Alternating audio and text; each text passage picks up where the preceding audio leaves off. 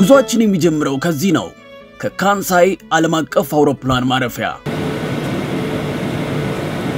አዲስ አበባ ከሚገኘው ቢሮአችን ስንወጣ ተልኳችን በኢትዮ ጃፓን የንግድና ኢንቨስትመንት መድረክ ላይ በመገኘት የሁለቱን የሺ ዘመን ባህሎች በዘመናዊ ንግድ ማስተሳሰርና በኤክስፖ 2025 የሚታዩትን አስደናቂ ነገሮች ለተመልካቾቻችን ማድረስ ነበር ከኔ ጋር የካሜራ ባለሙያዬ ኢዮ ሙሉጌታ አብሮኝ ተጉዟል ታዲያ በድምሩ 14 ሰዓታት ከፈጀ በረራ በኋላ በድካምና ማረፊያ ፍለጋ ከአውሮፕላናችን ከወረድንበት ቅጽበት ጀምሮ ጥልቅ በሆነ የአድናቆትና የመገረም ስሜት ተዋጠን ውሃና ሰማይ ተከባብረው የገጠሙ በሚመስሉበት ካንሳይ ዓለም አቀፍ አየር ማረፊያ የጠበቀን ግርማ ሞገስ ያለው ፈጣንና ቀልጣፋ የሰዎች እንቅስቃሴ ነበር በኤርፖርት ውስጥ የገጠመን እያንዳንዱ ፈገግታና ያክብሮት ሰላምታ የእንግዳ ተቀባይነት መገለጫ እያንዳንዱ ሰው ፈካ ያለ የፊት ገጽ የመልካም አቀባበል ድባብን ያየንበት ነበር ይህ ሁነት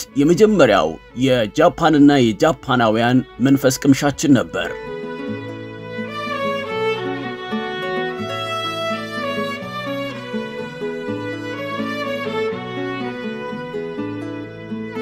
የጉዟችን ቀጣይ ምዕራፍ ወደ ኦሳካ በሚወስደው ዝነኛው የሺንካንሴን ወይም እንደ ጥይት በሚምዘገዘገው ባቡር የሚያሳፍረን ነበር ባቡሩ የመሬቱን ገጽታ በጸጥታና በሚያስገርም ፍጥነት እየሰነጠቀ ይጓዝ ነበር ይህ የጃፓን የቴክኖሎጂና የፈጠራ ብቃት ማሳያ ነው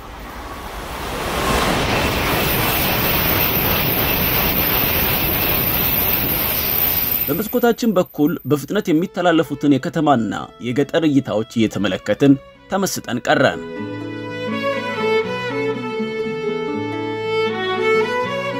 ኦሳካ ስንደርስ የከተማዋ ሕያውነት ስቦን እርስ በራስ እየተያየን ተደመምን ዕቃዎቻችንን ሰብስበን ከባቡር ላይ ወረድን ባቡሩ የፉጨት ድምጽ አሰምቶ እንደ ፍላጻ ካይናችን ተሰወረ በዚያች ጸጥታ በሰፈነባት ቅጽበት ነበር ቀዝቃዛ የድንጋጤ ማዕበል መላ ሰውነቴን የወረረኝ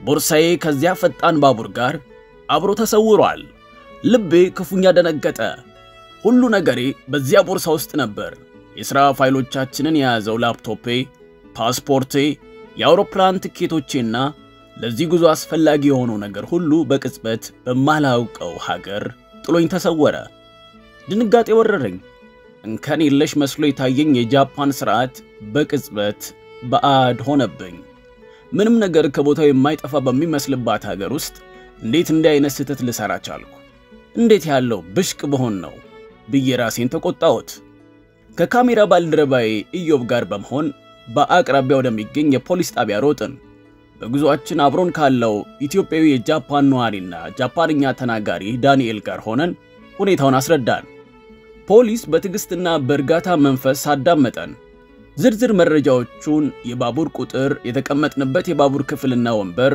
መዝግቦ በሚያረጋጋ ሁኔታ ስልክ ጠብቆ አለን መጠበቅ ብቸኛ አማራጭ ነበር ወደ ሆቴል ያደረግነው የእግር ጉዞ ልክ እንደ ህልም ነበር ሊያስደስቱኝ ይገቡ የነበሩ የኦሳካ ደማቅ መብራቶች በቸልተኝነቴ የሚያፈይዙብኝ ይመስሉ ነበር በጃፓን የመጀመሪያው ምሽቴ ይቺን የሥርዓትና የሥነ ምግባር ሀገር ለማየት በነበረኝ ጉጉት ሳይሆን በሚሰረስር ብስጭትና በከባድ የጥርጣሬ ስሜት የተሞላች ነበረች ገና ስራችንን ሳንጀምር ፈተናው እስገባው አስቡት በሺ ኪሎሜትሮች አቋርጣችሁ በማታውቁት ሀገር ፓስፖርታችሁ ሲጠፋ የኢትዮ ጃፓን የንግድና ኢንቨስትመንት መድረክ የሚካሄድበት ቀን ደረሰ በግል ችግሬ ብወጠርም የሙያ ግዴታ የጠራኝ ወደ አዳራሹ ስንገባ የምናውቀውና የሚያረጋጋው የኢትዮጵያ ቡና ማዛ ተቀበለን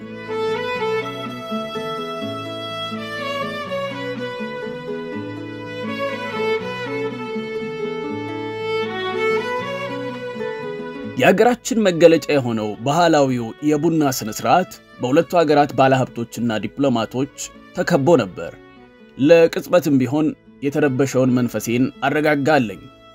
መድረኩ በጃፓን የኢትዮጵያ አምባሳደር በክቡር አምባሳደር ዳባ ደበሌ የመክፈቻ ንግግር ተጀመረ። ንግግራቸው የሁለቱን ሀገራት ግንኙነት የሚያሳዩ ጥልቅና ታሪካዊ ትስስሮችን የሚያስታውሱ ነበር። The diplomatic relationship between Ethiopia and Japan is rich. በኢትዮጵያና በጃፓን መካከል ያለው ወዳጅነት የቅርብ ጊዜያት ክስተት አይደለም። በታሪክ የተጠናከረና በባህል ገመድ ጭምር የተሳሰረ ቁርኝነት ነው። ይህ ዛሬ የተሰባሰብንበት መድረክም አዲስ ግንኙነት ለመፍጠር ያለመ ሳይሆን ከ100 ዓመታት በፊት በተጣለ የጋራ መከባበር መሰረት ላይ ዘመናዊ አውራ ጎዳና ለመገንባት ያለመ ነው። On mutual respect, understanding and shared values.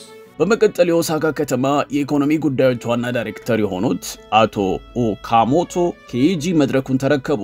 የእሳቸውም ንግግር የሁለቱን ሀገራት ያለፈ ታሪክና የወደፊት ተስፋ ቁልጭ ያደረገ ነበር። 오사카시도 에티오피아와 1970年の오사카万博にኦሳካ ይህንን የተከበረው ሉክ በማስተናገዷ ታላቅ ክብር ይሰማታል። ኢትዮጵያን እንደ ታላቅ ባለ ምቃቅምና ብሩህ ወደፊት ተስፋ ያላት ሀገር እንመለከታታለን። የዛሬው ቀን በኦሳካና በኢትዮጵያ መካከል በቴክኖሎጂ በንግድና በባህል ዘርፎች ያለውን ትስስር የሚያጠናክር አዲስ ምዕራፍ እንደሚሆን ከልብ ተስፋ አደርጋለሁ። 現在開催中の大阪・関西万博 ንግግሮቹ በተደረጉበት ጊዜ ሁሉ አእምሮዬ ወዲያና ወዲህ ይባዝን ነበር። ስለ ቦርሳዬ መልካም ዜና ሰማ እንደሆነ በማሰብ ስልኬን በተደጋጋሚ አያዋለሁ። ትኩረቴን ለመሰብሰብና የመድረኩን ዋና ጭብጥ ለመያዝ መሞከሬን ግን አላቋረጥኩም።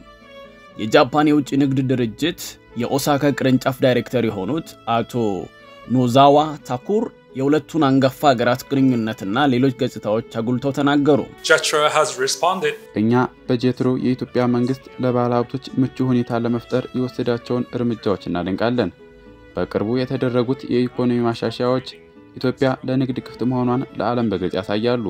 ይህ ለጃፓን ኩባንያዎች ሰፊ ዕድሎችን እንደሚከፍት እርግጠኞች ነን። A new business opportunity with Japanese companies and Ethiopian companies. የተለያዩ ገለጻዎች ቀረቡ። ሊኖሩ ስለሚችሉ የንግድ ትስስሮች ውይይት ተደረገ። እናም ቀኑ በሌላ ውብ የቡና ስነ ስርዓት ተጠናቀቀ። ለኔ ግን ቀኑ እንደተጀመረው በጸጥታና በጭንቀት ውስጥ አለፈ።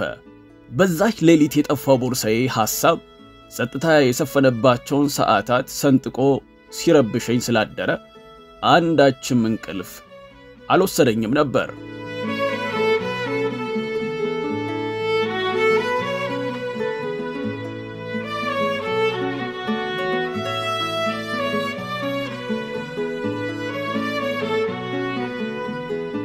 አዲስ ቀን ተጀመረ።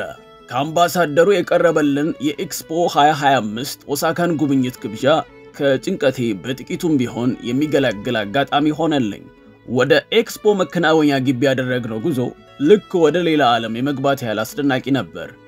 ያንዳንዱ ፓቪሊዮን የአንድን ሀገር ነፍስ፣ ባህሏን፣ ታሪኳን ለነገ ያላትን ራዕይ የሚያሳይ መስኮት መስሎ ይታይ ነበር።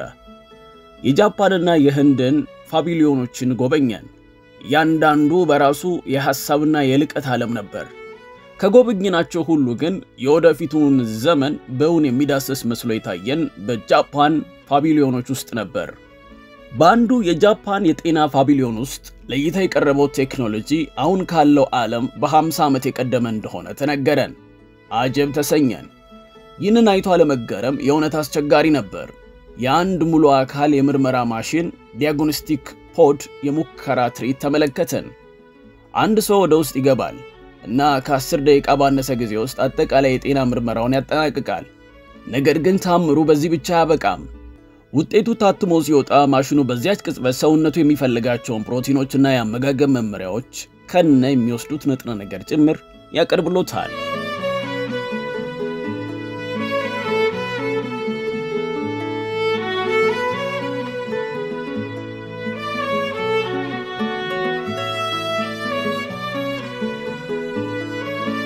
ከዚያም ወደ ቴክኖሎጂ ፓቪሊዮን አመራን። በዚያም ሌላ ታምር አየን። እዚህ የማይቻል የሚመስለው ነገር እውን ሆኗል። ሙሉ በሙሉ ካልጌ የተሰራ የአውሮፕላን ነዳጅ አየን። በሀገሬ በየቦታው የማይሆንና ከመጸየፍ ያለፈ ነገር የማይደረግለት አልጌ አውሮፕላንን ያህል ነገር ለማብረር ጥቅም ላይ እንደሚውል አየው። በዚህ ያላበቃው የጃፓናውያኑ የፈጠራ ብቃት ከዚያም ለስላሳና ጠንካራ የሆኑ ልብሶችን አሳየን። አዝጎብኛችን እንደገለጸችልን እነዚህ ልብሶች ከእንቁላል ቅርፊት የተሰሩ ነበሩ።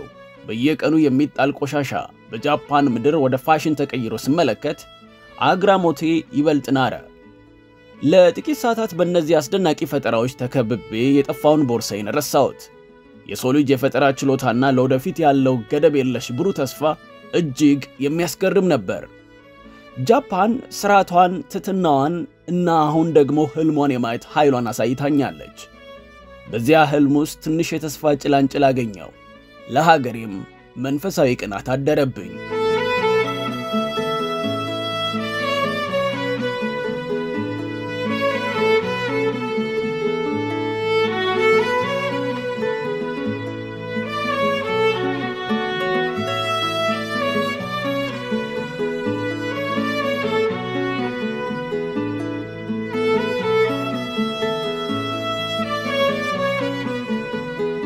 የጃፓን ጉዞዬ የሁለት ጽንፎች ታሪክ ሆኖ ነበር።